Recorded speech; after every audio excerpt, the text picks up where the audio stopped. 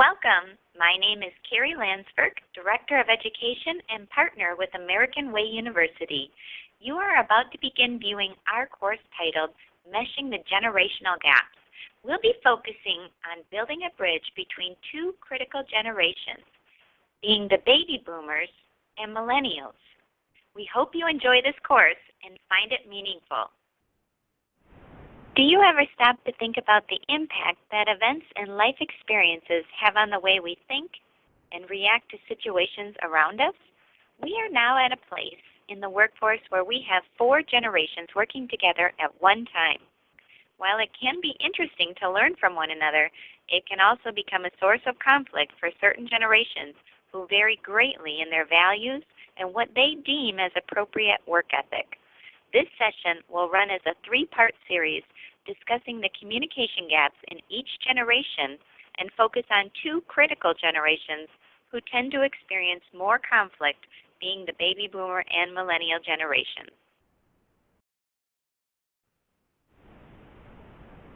In part 1 of this series on meshing the generational gaps, we'll define the 4 main generations and share key events and experiences that have shaped and molded the way people think, act, and the values they hold so dear. We'll highlight the differences each generation has in their core values and why they can lead to conflict with one another. We'll end this first session by wrapping up our key learnings and transitioning into part 2, which will focus more in depth on why the baby boomer and millennial generations tend to have conflict in the workplace.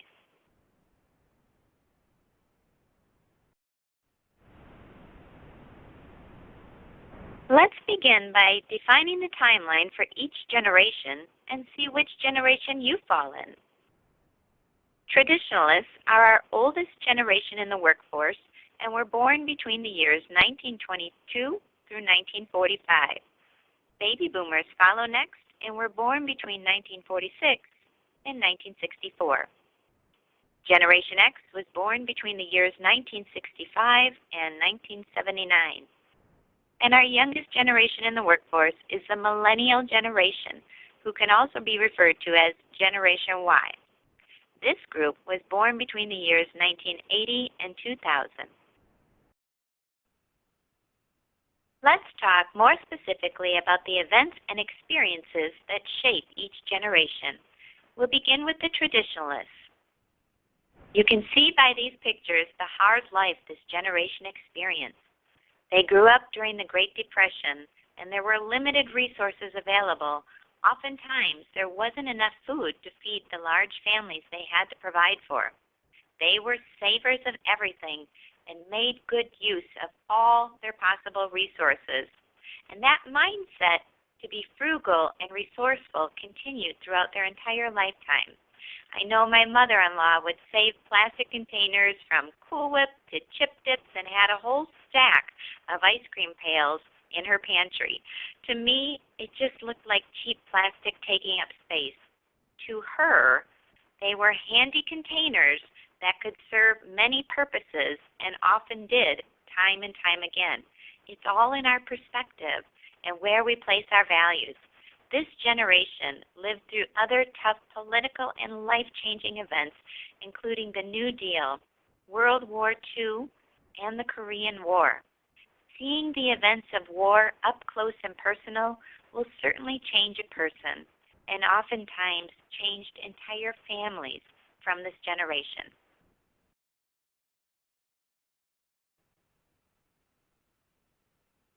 We'll move on to discuss the baby boomer generation. As you see in these pictures, this is a generation of excitement, possibility, and free love.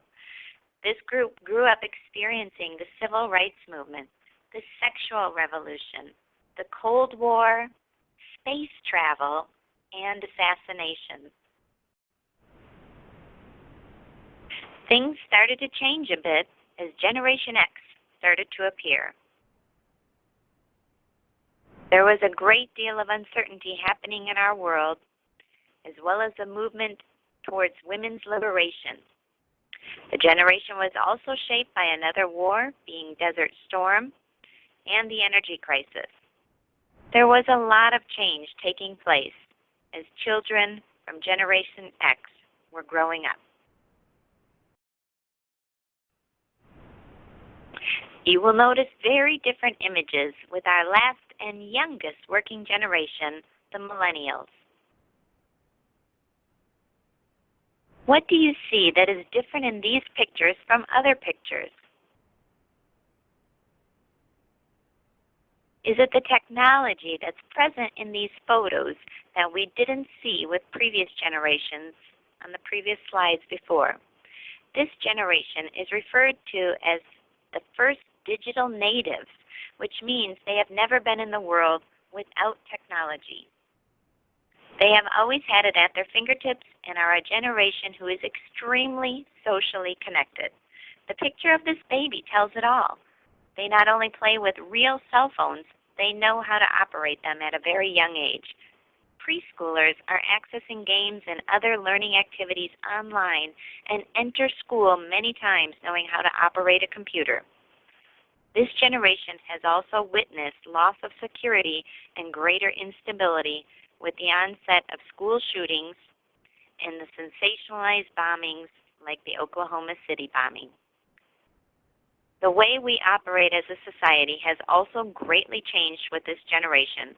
For the first time ever, we have become a child-centric world, meaning all that we do is centered around our children. Our daily schedules revolve around the many activities our children are involved with at school, in local clubs, and in communities. In previous generations, this was not the case. Parents worked and children had chores to help maintain the homes and their farms that they were growing up on, and schedules were not often centered around the children. What do you think this type of focus has on the mindset of the millennial generation? And how do you think that impacts how they might approach their relationships at work and their jobs overall?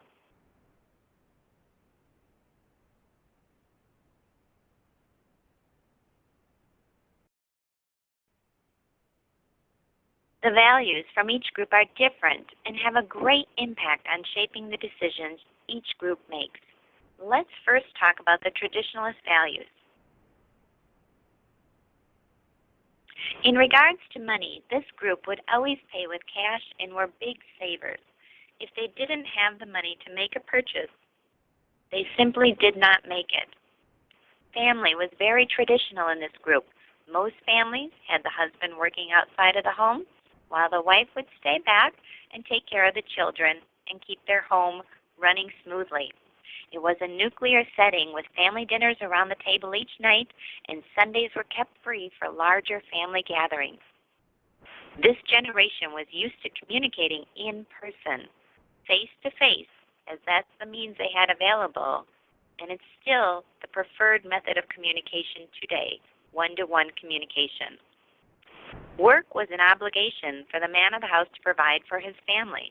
It was not always seen as an exciting adventure, as with some other generations, but something to be taken seriously, so there was financial security for one's family. This generation viewed work more of a duty before pleasure. Now let's take a look at the core values of the baby boomer generation.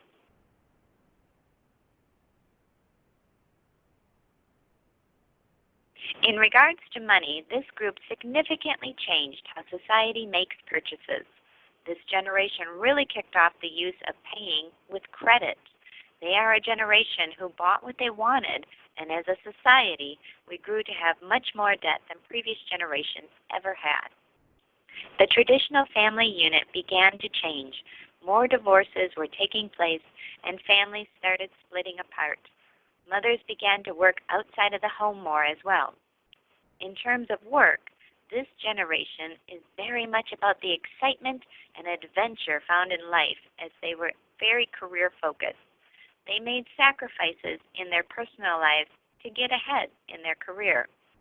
There were many possibilities to explore, and the limits were endless in terms of how far they could go and what they could achieve. For communication, they made themselves available any time of day because they viewed work as an exciting adventure.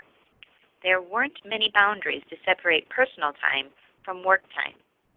The characteristics of this group can be described as optimistic, always looking for the possibility in things, involved, work-centric, and notice the big difference in this focus versus the child-centric focus our millennials grew up with. The baby boomers were also viewed as competitive, goal-oriented, and self-reliant. You will start to see bigger shifts in values as we look more closely at the Generation X core values. In regards to money, this group started to think more towards the future and began to save once again. It was with this generation that the advent of 401k retirement options started to take hold. This generation puts more thought and action into saving for retirement, college funds, and future plans. As this group was growing up, many children were living in divorced arrangements, sharing time between different homes. In many situations, both parents were working full-time, and the phrase latchkey kid was given to those children who came home from school and were on their own for several hours while mom and dad were still at work. While Generation X is committed to their career and their jobs, they are not as readily available day and night as the baby boomer generation was and continues to be. They began to draw a line saying, when it's after hours, that is my time, and I don't want to be contacted during that time. I want to keep that for my personal interests and commitments. In terms of work-related values, Generation Xers appreciate more of a hands-off management style that allows for greater freedom and creativity and gives them a sense of greater responsibility for their roles. The characteristics of this group can be described as more skeptical. With many changing situations in their home environments, they tend to question a bit more. More informal than previous generations, they definitely like to have fun. They are a highly educated group, large activists, highly tolerant, and diverse.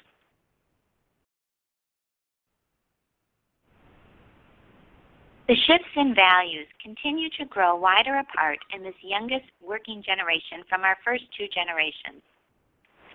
In regards to money, this group has witnessed immense amount of change and uncertainty in their lives, and they tend to have a mindset of focusing on today and living in the moment, as there are no guarantees for what tomorrow will bring. They earn their money to spend for the present time for the most part. The traditional family, as previous generations knew it, is pretty rare for this youngest generation to have intact. These people were children who were raised in a wide variety of family arrangements, including single-parent homes, grandparents or other relatives raising children, foster homes, split and newly combined families, and pretty much any combination you can think of. The word family has come to mean so much more to the millennial generation. Millennials share instant communication and expect instant communication in return.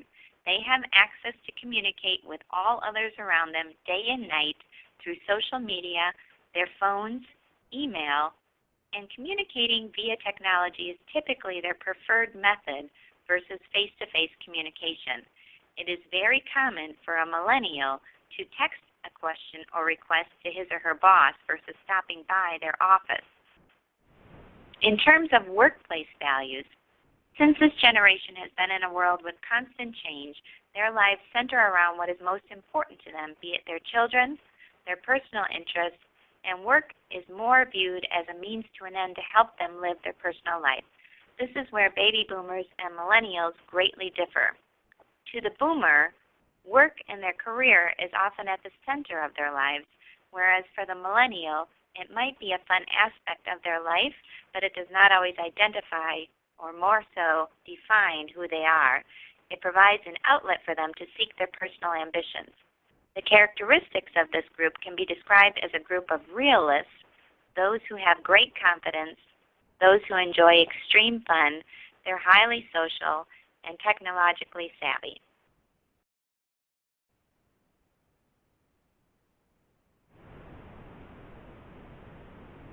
Do you ever feel like these kittens some days? Whether you are the one who feels like you're being attacked the moment you walk into the office.